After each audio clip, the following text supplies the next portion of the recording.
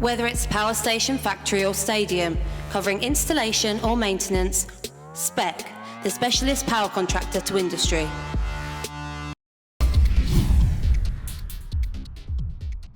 You could go sign on Dole if you wanted next week.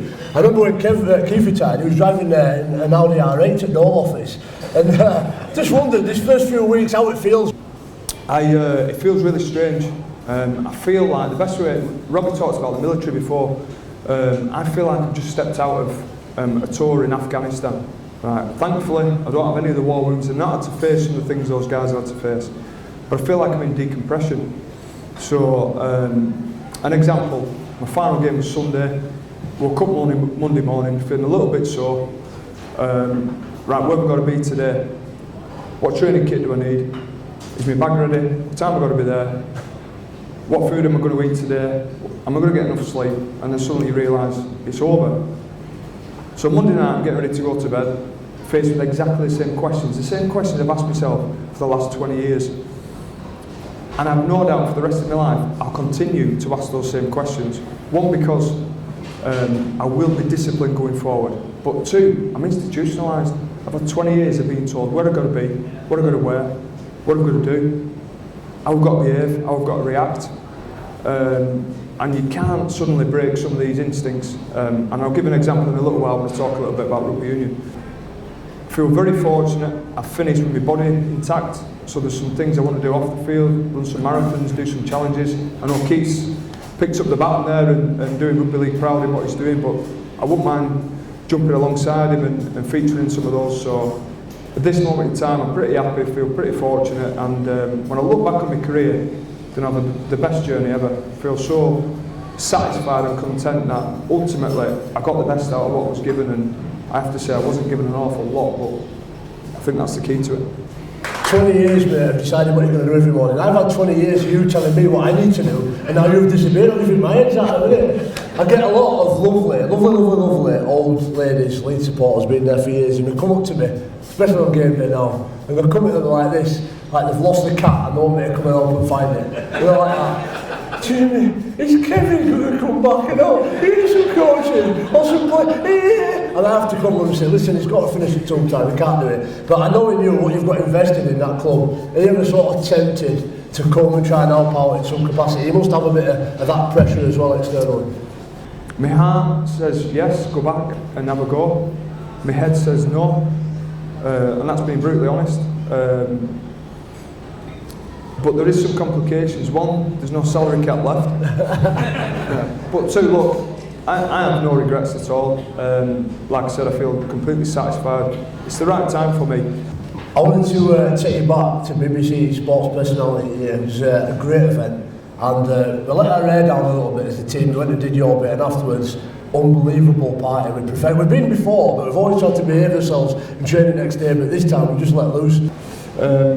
Sport was brilliant. It was an absolutely unbelievable experience. The whole of December, bearing in mind, I just switched codes to rugby union. I'm trying to learn a new sport. I'm trying to integrate myself into this new dressing room, this new environment, which is culturally very, very different. And the whirlwind starts. The whirlwind starts being the first rugby league player ever nominated, and I was so humbled by the whole thing.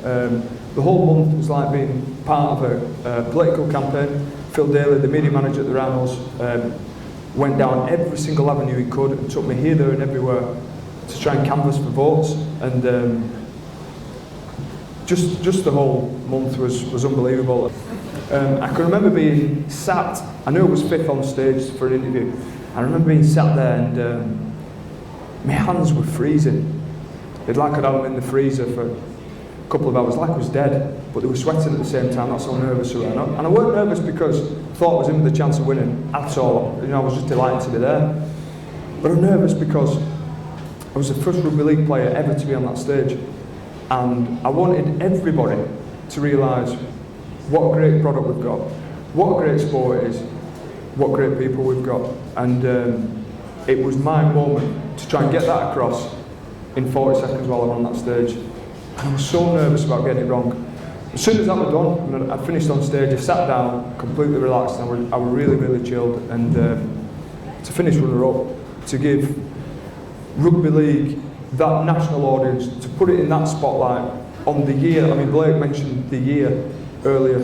2015 for the Rhinos was very, very special. For the game was very, very special. To have the lead story, to have England beat New Zealand in the Test series, and then to have somebody up at Sport, it was unbelievable, and it gave a massive thumbs up to the nation. I believe that rugby league is going places. So you went into rugby union. That's something that you wanted to try before you finished. I want to ask you, how did that pan out? Are you satisfied with the way that went, and did you fulfil what you went in there to achieve?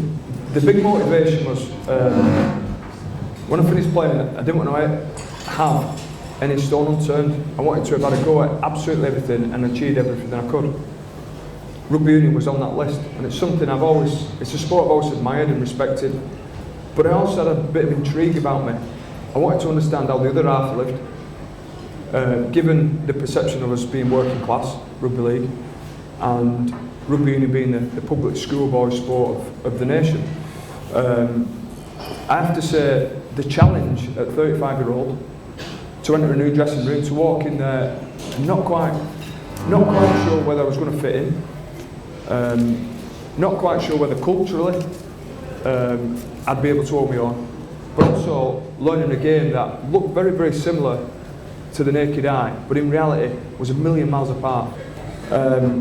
So I've gone in this first day, and what normally happens in a rugby league dressing room, you walk into a new club, you put your bag down, inevitably, right, you're in someone's space. So you leave the dressing room, when you come back, your bag's in the bin. Right? So I'd gone in early this morning, and I thought, I haven't a clue where I'm going to put my bag, but I know where it's going to end up. I put my bag down, gone to do some of the testing that's in place for lads when they come in early morning, gone back to the dressing room, bag's still there, so I thought, well, I've got past hurdle number 1. And throughout that week, I thought to myself, a lot of the rugby union boys at Carnegie, bearing in mind I'm very good friends with a lot of them now, but are northerners, so straight away they think like rugby league players, and their outlook on life is very much like rugby league players. So I thought straight away, we're on here as well, we've got similar values, we think similarly about the sports. That first week went pretty quickly, and I found myself not in the playing squad, but in a travelling squad that was on its way to Bedford for the league game that weekend. Now I weren't playing, but I was going along to carry on building some of those friendships, to get a bit more of an understanding of the game, what I was faced with. So I've turned up to get the team bus, and it's the Rhinos team coach. It's the Rhinos coach driver. So I've got on this bus, I've sat in the same seat where I sat for 20 years as a Rhinos player, thinking, some familiarity here. I'm liking this, not different at all. Within minutes, that changed. Because instead of listening to Rob Burrow recite lines from Dumb and Dumber, right, I had a player sat next to me who was reciting the periodic table. So we're sat in this Backs video meeting, and we're talking about getting the right shape so we can get the ball to the right people in the right areas in good amount of space to show how quick they can be and how skillful they can be. So we want some good backs ball. We know it's going to be sunny, it was sunny at weekend, we knew it was going to be dry. Let's throw the ball about, let's not die wondering, let's have a go and try and bridge this gap.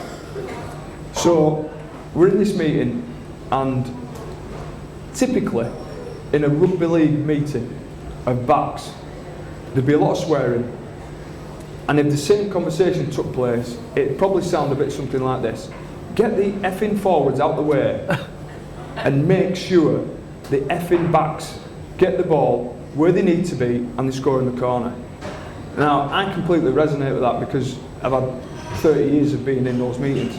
But I'm sat in this rugby union meeting, and one of the lads said, the ball needs to circumvent.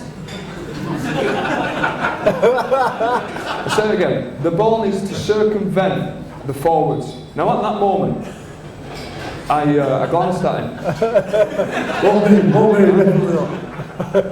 Then I had a deep swallow, I looked straight back at him, I had to double take and think, have I just heard that word? In a backs meeting, in a rugby environment. The funny thing was, I walked out of this meeting thinking, my head was still spinning, I don't remember a word that was said, in that meeting, what were we doing other than circumvent? Right? But we took a kid from Rugby League on trial. Honest truth. We took a kid from Rugby League on trial, a young lad, and he sat in his back's video. And as we walk out, he whispers in my ear, right, why on earth did the forwards have to cut the foreskins off?